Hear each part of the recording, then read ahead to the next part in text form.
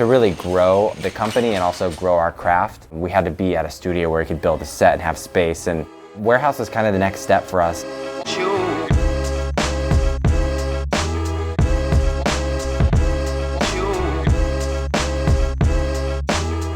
Aaron and I were working out of our garage, and at the time, I was just on YouTube as Final Cut King.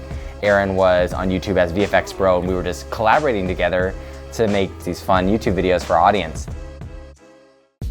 I think when we were in the garage, I probably had about 400,000 followers at most for my YouTube channel. And my Vine channel had already grown a lot to where I needed to hire someone. So I brought on Jaden to the team, and he helped me produce some of the videos. So I had to expand naturally kind of to the house.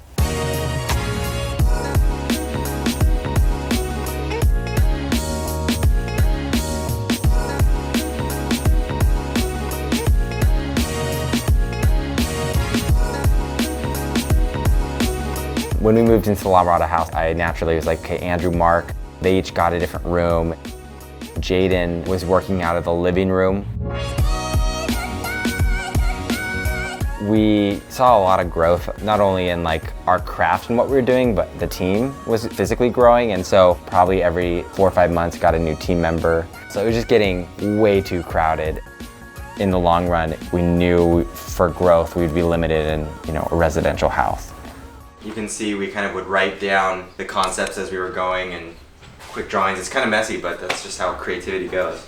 So this was my mixing room. I did a lot of sound design in this room, and this is also where we did the voiceover. So right where you're standing is where Zach would usually stand. I'd be sitting over here and he'd be doing the voiceover for his videos. It was the one room that we actually painted here, so everyone else just left their room as is. But that'll change in the new place. Everyone's sort of taking ownership of their room. These have a great story. I wish this video came out. Aaron and I basically stayed up for 3 days making Jedi kittens. It was gonna be part 3. It was gonna be about kittens and pod racers. And unfortunately, the video footage got lost. We have a little bit left, but nothing to make a video. But I had made these out of cardboard for like a week. We would put the kitten here and shoot, just it moving around, getting close-ups, and then get wides where we added the kitten later. So we just successfully put this under. I actually got hit on the camera. I'm curious to see if there's a dent at the bottom of the car, but we got our shot. This was an unfortunate failure that it didn't get finished.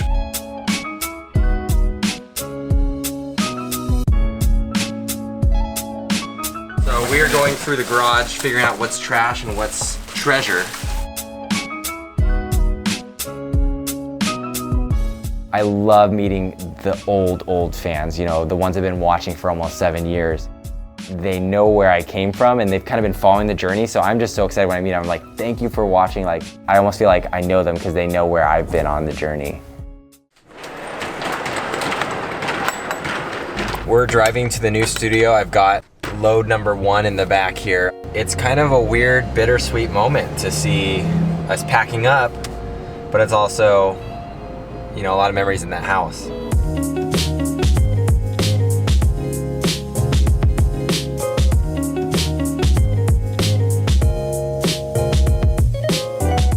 Putting in laminate wood floors in my office today. It's a process, but we've just started. This is the first corner, and hopefully we'll be done within a few hours.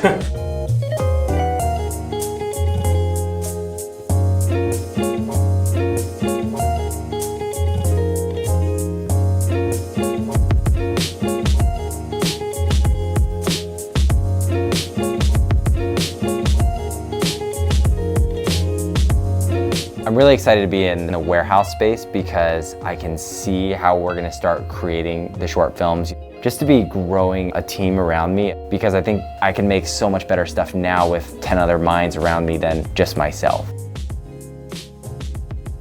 Sometimes I walk in the studio now and feel like, this is awesome. I can slowly see how we're becoming a film studio. It's just gonna be so cool.